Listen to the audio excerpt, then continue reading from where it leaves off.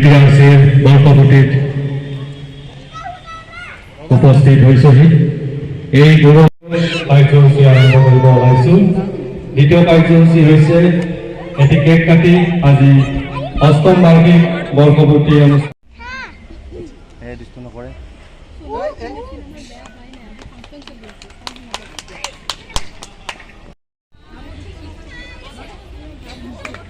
আমাৰ শ্ৰদ্ধা নিবেদন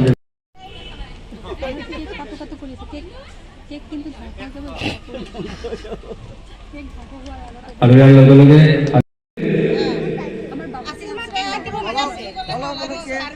আমাৰ ভৱিষ্যত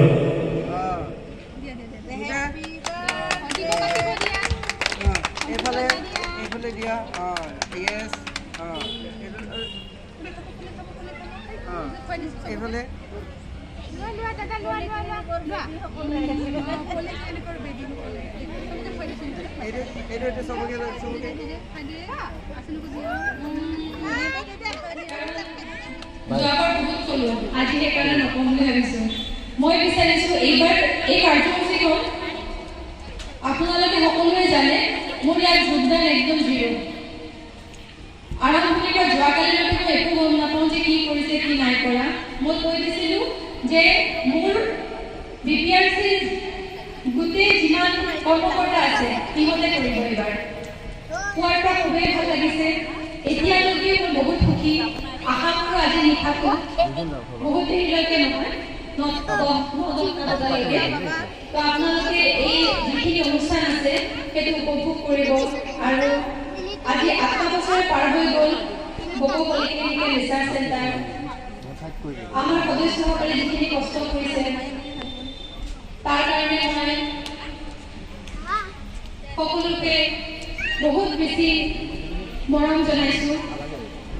আৰু ভৱিষ্যতে ইয়াৰ আশে পাশে থকা সকলো অঞ্চলৰ লোকসকলৰ পৰা আশীৰ্বাদ মৰম বিচাৰি আৰু এনেকৈ আজি 8টা বছৰ নহয় BPRC 8টা বছৰ পাৰ কৰক তাৰেই কামনা কৰি আজি এই অনুষ্ঠানটো খুব সুন্দৰকৈ পাৰ হ'ব বুলি আশা কৰিলোঁ। বহুত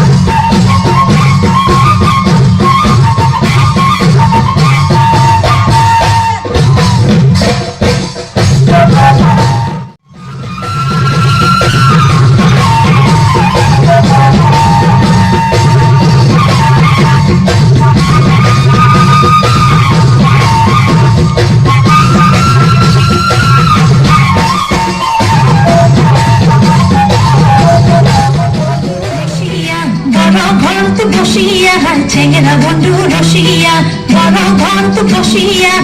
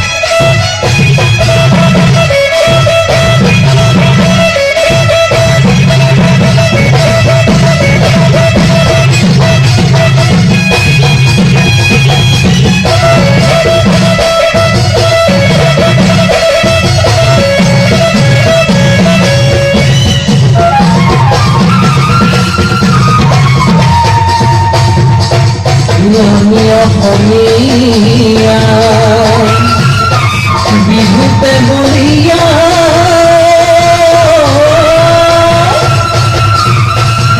বিহুতি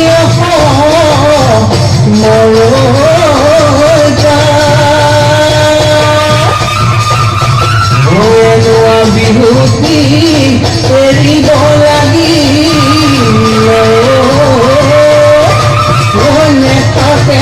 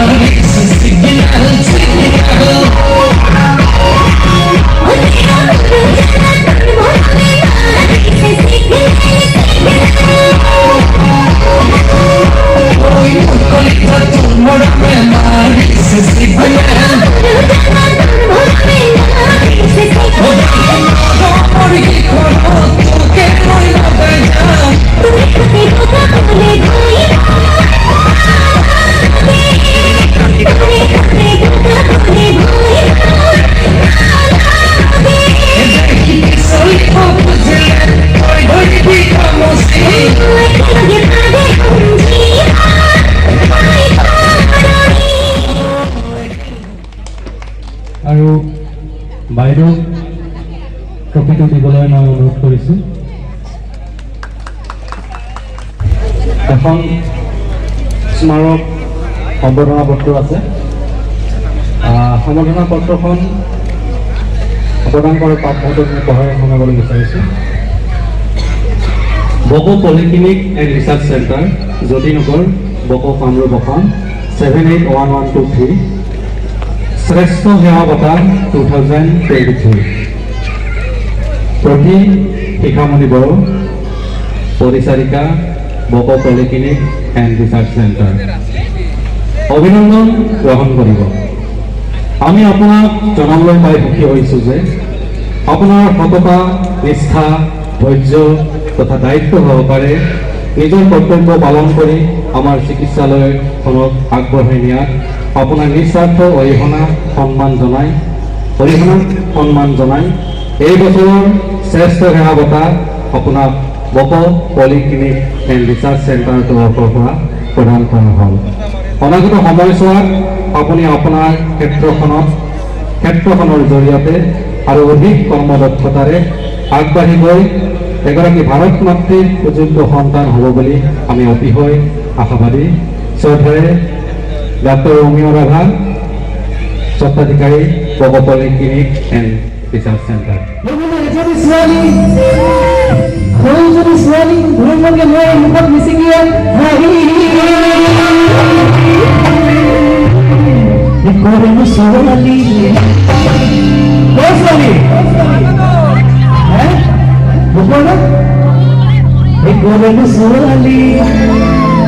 প্ৰগ্ৰেম চাবলৈ আহিছে পিছে মোলে হেৰা চকুতি মাৰে হেৰা